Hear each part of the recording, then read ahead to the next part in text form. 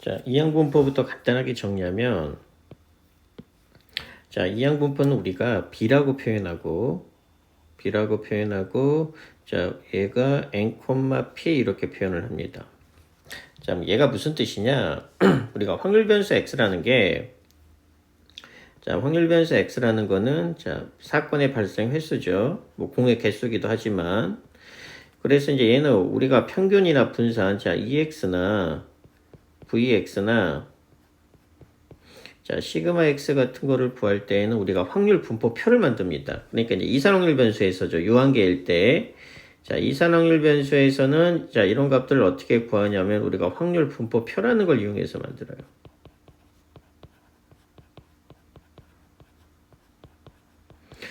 그러면 이제 이 이항분포라는 건 언제 쓰느냐? 자, 예를 들어 보면 이제 이런 케이스가 있어요. 자, 예를 들어 보면 자, 주사위를 자, 뭐 3번 던집니다. 자, 주사위를 3번 던지는데 자, 3의 배수죠. 3의 배수가 나온 횟수를 확률 변수 x로 잡았어. 그러면 이제 이 x의 값은 한 번도 안 나오고 한 번 나오고 두 번 나오고 세 번 나오니까 자, 이 x의 값은 이렇게 표로 만드는 게 가능해요. 그리고 얘네들은 다 이제 독립 시행이 나오겠죠. x의 값은. 그래서 여기에 확률이 p0, 여기에 확률이 p1, 여기에 확률이 p2, 여기 확률이 p3이면 확률의 합은 1이고 뭐 p0, p1, p2야 전부 다 독립 시행 공식을 써서 뭐 3c0, 뭐 3분의 1에 뭐 0제곱, 3분의 1의 세제곱 이런 식으로 확률의 값을 다 구할 수 있어요. 그렇게 한 다음에 평균을 구하라 그러면 얘랑 얘랑 곱하고 이렇게 곱한 다음에 다 더하면 평균, 그 다음에 Vx 공식, 시그마 X 공식 이런 거 이용해서 우리가 자, 평균 분산 표편을 구하죠. 확률 분포 표라는 거. 이게 이제 확률 분포 표니까 이게. 자, 그런데 문제는 뭐냐? 얘를 잠깐 지워보면 동일한 방법인데 자, 이제 문제는 3번 던지는 게 아니고 얘를 30번을 횟수를 늘릴 겁니다. 30번을 던질 거예요. 그리고 역시 3의 배수가 나온 횟수를 확률 변수 x로 잡아. 그럼 이 x의 값은 자, x의 값은 0부터 시작해서 한 번도 안 나오는 경우, 두 번 나오는 경우 해서 30번까지 나와서 총 31개가 나와. 그러니까 표를 이용할 수가 없다는 얘기예요. 너무 많잖아. 그리고 실제 확률들이 죄다 얘 1대 확률을 구해보면 얘 30C1에 3분의 1의 1제곱, 그 다음에 3분의 2의 29제곱, 이런 거는 계산할 수가 없어요. 그러니까 현실적으로 불가능해요. 그래서 이렇게 확률 변수 x가 많은 경우에는, 우리가 확률 분포 표를 이용하는 게 아니고, 표를 이용할 수가 없으니까 표를 이용하는 게 아니고, 이항분포라고 해서 간단하게 자, 정리된 걸 이용합니다. 그러면 이제 이항분포는 뭘 의미하는 거냐? 그래서 이제 이 케이스가 나오면 우리가 자, 따라서 어떻게 결론을 내릴 수 있다. 확률 변수 x는 자, 이항분포라는 걸 따르고 몇 번 시행했어요. n, p는 시행 횟수. 그래서 얘는 시행 횟수. 그 다음에 얘는 사건의 확률. 그래서 30,3분의 1을 따른다라고 말을 하고 우리가 여기에서 자, 평균. 자, 이항분포가 이렇게 되죠. 그러면 이 놈의 평균은 우리가 MP 분산은 MPQ로 간단하게 구합니다. 그리고 시그마는 당연히 자, 루트 VX겠죠. 이렇게 간단하게 구하는 방법을 우리가 이항분포라고 얘기를 합니다. 이제 이런 케이스는 자, 우리가 평균이나 분산을 쉽게 구하겠죠. 평균은 당연히 둘이 곱하면 되니까 10이 될 거고 자, Vx는 자, 여기다가 또 3분의 1을 곱할 테니까 3분의 20 이렇게 간단하게 구해요. 그래서 이항분포라는 걸 이용해서 자, 여기 보면 자, 한 번에 시행해서 이렇게 이항분포가 나오는데 뭐 이렇게 개념이 설명이 되어져 있는데 이항분포라고 하고 요 정도만 알면 돼요. 그리고 중요한 건 얘입니다. 이항분포의 평균 분산 표준 편차인데 MP 자, MPQ 루트 MPQ. 그래서 우리가 얘를 확률 변수 x가 이항분포. 자, 얘를 어떻게 나타낸다? 확률 변수 x는 자, b의 자, n, p 이렇게 나타내고 우리가 평균 분산 표편을 자, 이렇게 간단하게 정리합니다. 그럼 언제 이항분포를 쓰는지 알아야 돼. 이항분포는 x의 값이 즉 시행 횟수죠. x의 값이 많아서 표를 이용할 수가 없어요. 그래서 이렇게 표를 이용할 수가 없을 때 우리가 이항분포라고 하는 방법을 이용해서 간단하게 구하는 겁니다. 자, 예를 들어 보면, 자, 얘죠. 뭐 5명이니까 자, 표 이용할 수 있는데 뭐 5명이란 얘기는 시행을 환자 한 명 한 명한테 자, 한 명한테 하는 거를 시행 횟수라고 보는 거니까 얘를 자, 5회 시행을 했다라고 보는 거예요. 그러면 이제 이항분포 어떻게 나타내는 거냐? 확률 변수 x는 자, 이항분포 몇 번 시행했어? 5번 시행했고 완치될 확률은 얼마? 3분의 1. 얘를 따르니까 MP, MPQ 그 다음에 자, V 저기 시그마 x의 값도 쉽게 구하겠죠. 우리 공식을 간단하게 이용해서. 그 다음에 확률 질량함수. 자, 확률 질량함수는 항상 어떻게 나타낸다? 자, P에 얘가 좌변. 자, 그 다음에 우변은 독립시행 공식인데 5번 시행을 했죠. 그래서 OCR에 자, 시행될 확률은 얼마? 3분의 1의 R제곱. 시행 안 될 확률은 3분의 2의 5-R제곱이 되고 반드시 자, R값은 자, 0부터 시작해서 x죠. 쏘리 이게 x. 다시 r이 아니고 x죠. 그래서 5c x가 되고 자, 3분의 1의 x제곱 자, 3분의 2의 5-x제곱. 그래서 이제 여기서 x의 값은 이 반드시 써줘야 됩니다. 0, 1, 2, 3, 4, 5 이렇게. 그래서 요거 자, 내신에서 상당히 중요합니다. 이거 확률 질량함수. 그 다음에 4명 이상의 환자는 4명하고 여기 4명일 때하고 독립시행 자 5명일 때하고 독립시행을 하면 되겠죠. 자, 그래서 이제 얘는 MP, MPQ 이런 공식 하는 거고 그 다음에 이제 이게 시험 문제에 좀 많이 나오겠죠. 자, 문제는 뭐냐 똑같은 방법인데 자, 흰 공이 6개 있어. 자, 그 다음에 검은 공이 3개 있습니다. 그래서 한 개의 공을 꺼내서 다시 넣는 시행을 하는데 얘 몇 번 시행을 180번 반복해. 그러니까 이제 흰 공이 나온 횟수 확률 변수 x는 자 얼마부터 0부터 시작해서 1, 2 시작해서 얼마까지? 180까지. 이게 너무 많은 거야. 이 표로 나타내기. 이거 어떻게 표로 나타내겠어 이거. 181개를 해야 되는데. 그래서 이렇게 자 x의 값이 많은 경우에는 뭐를 이용한다? 이항분포라고 하는 간단한 걸 이용해서 자, 이항분포 얼마를 따라 시행해서 얼마? 180을 했고 흰 공이 나올 확률은 얼마예요? 자, 흰 공이 나올 확률은 자, 9개 중에 6개가 나오면 되니까 3분의 2겠죠? 9분의 6이니까. 그래서 여기서 이제 평균 분산을 이렇게 간단하게 계산하는 겁니다. 그래서 이항분포 그때 수업을 많이 못 들었으니까 이런 거 다 확인해 봐야 됩니다.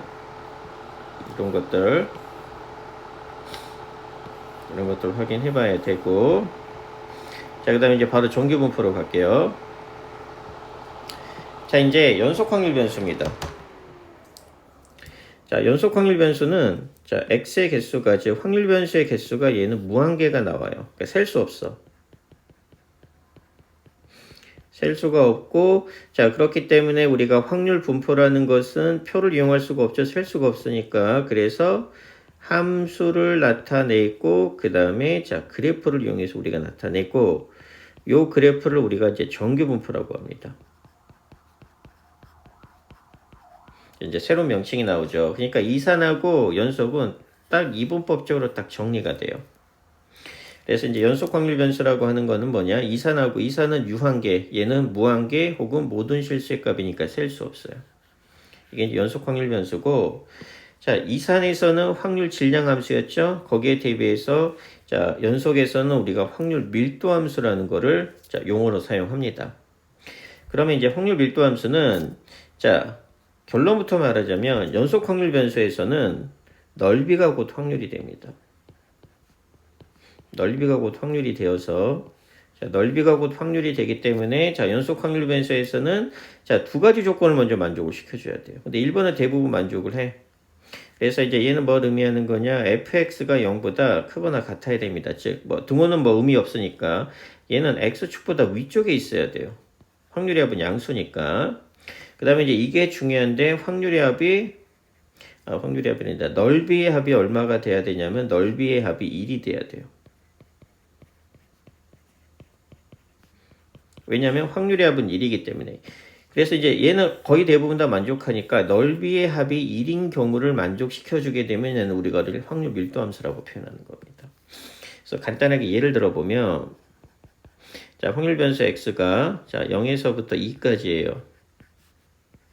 1까지만 해볼까? 자, 확률 변수 x가 0에서부터 1까지인데 이 안에 있는 실수를 대상으로 하기 때문에 쓸 수가 없겠죠.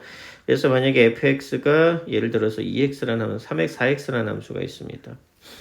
그럼 4x가 되니까 자 그래프 그려보면 자 이렇게 그려져서 이렇게 해서 우리가 필요한 건 0에서 1까지입니다. 이제 이 점의 좌표는 4가 되겠죠. 그러면 요 놈은 확률 밀도 함수가 되느냐? 확률 밀도 함수가 될 조건 두 가지. x축보다 위에 있죠. 자, x축보다 위에 있는 거 성립하고 요 넓이가 1이 돼야 돼. 근데 이 넓이는 얼마예요? 2분의 1 곱하기 1 곱하기 4를 하니까 넓이는 2죠. 그러니까 이 넓이가 2가 되니까 얘는 확률 밀도 함수가 될 수가 없어요. 그러면 얘가 확률 밀도 함수가 되려면 자, 예를 들어서 그러면 이제 이번엔 fx가 2x라고 해 볼게요. 자, fx가 2x가 되면은 자, 이 부분이 4가 되는 게 아니고 얼마가 돼? 2가 되니까 이 부분의 넓이가 얼마 돼? 넓이가 1이 되죠? 넓이가 1이 되면은 얘는 확률 밀도 함수가 됩니다. 왜? 넓이가 반드시 자, 확률 밀도 함수 둘러싸인 부분의 넓이가 반드시 1이어야 돼. 왜? 확률이 1을 넘어설 수가 없기 때문에. 그리고 자, 이거의 넓이가 1이 되면 얘는 무조건 확률 밀도 함수가 되고 이번에 이제 예를 들어서 이걸 구하래. 2분의 1에서 요 확률을 구하래. 그럼 얘가 1이니까 2분의 1은 여기 어딘가 이렇게 있겠죠. 2분의 1이. 그럼 요 부분의 확률은 바로 뭐가 되느냐? 요 부분에 뭐가 된다? 요 부분의 넓이가 실제 확률이 되는 겁니다. 그래서 연속 확률 변수는 넓이가 확률이 되기 때문에 확률의 합은 1이 돼야 되니까 넓이가 반드시 1인 경우만 우리가 확률 밀도 함수로 사용해서 실제 확률을 구할 수가 있는 겁니다. 그래서 이제 이렇게 되어버리게 되면 자 얘가 확률 밀도 함수가 된다는 얘기는 이 부분의 넓이가 얼마가 돼야 돼? 자 당연히 1이죠. 그렇게 되고 실제 넓이가 무조건 자 확률이 됩니다. 그래서 문제풀이를 해보면 자 이 나오죠. 자 a의 값을 구해야 되는데 자 f가 ax입니다. 근데 확률 변수는 0에서 2네. 그러면 뭘 의미하는 거냐? ax가 되니까 자 ax 이렇게 되겠죠. 그럼 여기가 2가 돼. 그럼 얘가 확률 밀도 함수가 되려면 이 넓이가 1이 돼야 돼요. 넓이가 1. 그러면 이제 요 점의 y좌표가 2a가 되니까 자 넓이는 1이 돼야 되니까 얼마? 2분의 1 곱하기 2 곱하기 2a가 되니까 당연히 a는 얼마? 자 2분의 1. 그래서 a는 2분의 1이 되겠죠. 그 다음에 0에서 1까지가 되면은 자 0에서 1까지가 되면 바로 이 부분의 뭐가? 자 넓이가 구체적인 확률이 되는 겁니다. 그래서 확률 밀도 함수의 조건은 넓이가 무조건 1이 돼야 된다. 그리고 나서 이제 정규분포. 자, 정규분포는 자, 어떤 상태를 말하냐면은 간단하게 결론만 얘기하면 얘 우리가 이제 표준화 작업, 이거는 수업을 조금 들었을 테니까 이 표준화 작업을 거쳐서 우리가 표준 정규분포로 만들어야 됩니다. 그래야지만 실제 확률을 구해요. 이 부분은 넓이에 수업을 들은 것 같으니까. 그러면 정규분포라는 건 뭐냐?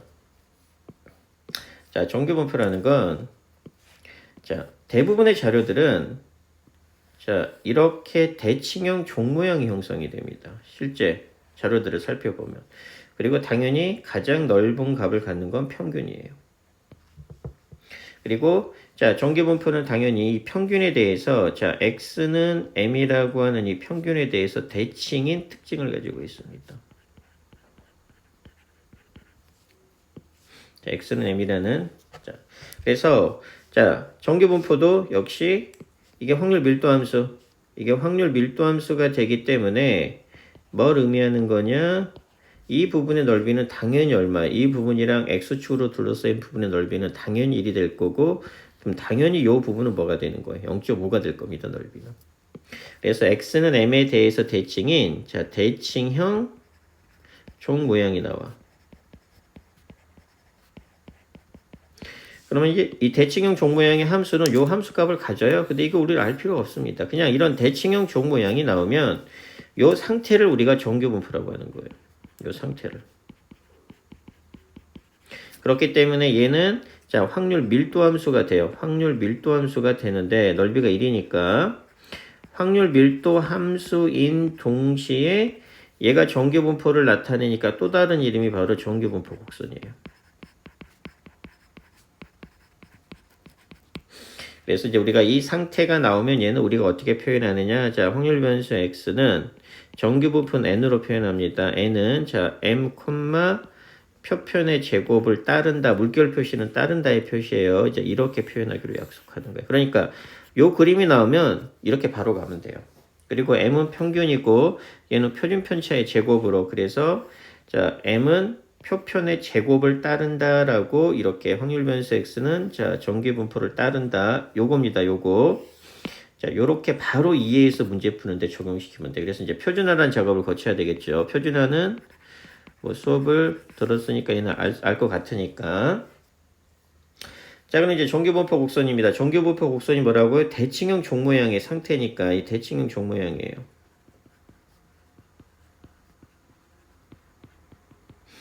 자, 대칭형 종 모양이니까 그래프가 어떻게 그려지느냐? 요렇게 그려지는 대칭형 종 모양이 나옵니다. 그래서 첫 번째, 자, 평균에 대해서 x는 m에 대해서 대칭인, 자, 대칭형 종 모양의 곡선이고 점근선은 x축이다. 자, 당연히 확률 밀도 함수니까 넓이는 1이 돼야 되겠죠? 자, 그 다음에, 자, 시그마 값이 일정할 때랑 평균이 일정할 때, 이제 이 표현인데, 시그마 값이 일정하다는 얘기는 곡선의 모양이 똑같습니다. 그러니까 평행 이동을 하면 겹친다는 얘기예요. 그래서 이 시그마라고 하는 건 표준 편차인데 표준 편차는 이 퍼져 있는 정도예요. 퍼져 있는 정도가 되니까 이제 얘로 이해를 해보면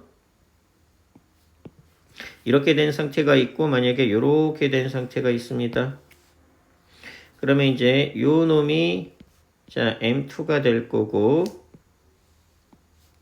자 요 놈이 M1이 되니까 당연히 M2가 M1보다 더 크죠. 평균은. 근데 곡선이 이렇게 평행 이동을 해서 겹쳐요. 그럼 얘는 시그마가 일정한 거예요. 시그마가 일정하다는 얘기는 이렇게 생긴 자 이렇게 생긴 곡선의 모양이 똑같다는 얘기입니다. 그러니까 평행 이동을 하면 겹쳐. 그래서 시그마 값이 일정하고 자 평균은 당연히 달라지겠죠. 그러면 대충축의 위치는 바뀌지만 곡선의 모양은 변하지가 않죠. 그래서 얘 보게 되면 평균은 M1, M2, M3지만 이렇게 모양이 똑같기 때문에 평행 이동을 하면 겹칩니다. 자, 그런데 이제 평균이 일정합니다. 평균이 일정하게 되면 자, 곡선의 모양이 이런 식으로 될 거라는 얘기가 평균은 어차피 똑같습니다. M으로. 그리고 이제 얘를 알아놔야 됩니다. 그래서 시그마가 커지면 이렇게 이해를 하면 돼요. 시그마가 커지면 시그마는 퍼져 있는 정도이기 때문에 이렇게 되는 거는 퍼져 있는 정도가 높지 않아. 낮아요. 그래서 사실상 이렇게 되어 있으면 퍼져 있는 정도가 똑같기 때문에 곡선이 이렇게 완만할수록 표준 편차는 큽니다. 그래서 시그마 값이 커지면 곡선은 낮아진다 이렇게 외워. 내신에서만 나오니까. 그래서 자 시그마 값이 커지면 가운데 부분의 높이는 낮아지죠. 그래서 낮아지기 때문에 이 상태가 되면 시그마 3가 제일 커요. 그다음에 시그마 2가 두 번째로 크고 시그마 1이 그래서 표준 편차는 자 이렇게 될수록 곡선의 높이가 낮아질수록 시그마 값은 커집니다. 그 다음에 이제 이게 표준정규 여기서부터 이제 중요하죠. 여기서부터 수업을 좀 들은 것 같으니까. 그래서 실제 표준정규 분포표에서 확률을 구하는 거, 그 다음에 정규분포의 표준화 이거. 자 이거는 뭐 연습하면 어려운 건 아니니까 연습해서 여기서부터 이제 표준화해서 확률 구하기가 중요하니까 자 이 부분까지는 좀 연습을 해보세요. 아 그 다음에 2-2번은 내신에서 좀 알아두면 돼요. 자 확률이 최대가 되는 케이스입니다. 자 정규분포에서 자, 확률이 최대가 되는 케이스는 언제가 되느냐? 자, 요 놈 있죠? 요 놈하고 요 놈의 중점이 평균이 될 때가 최대입니다. 이거일 때가 바로 최대가 돼요, 확률은.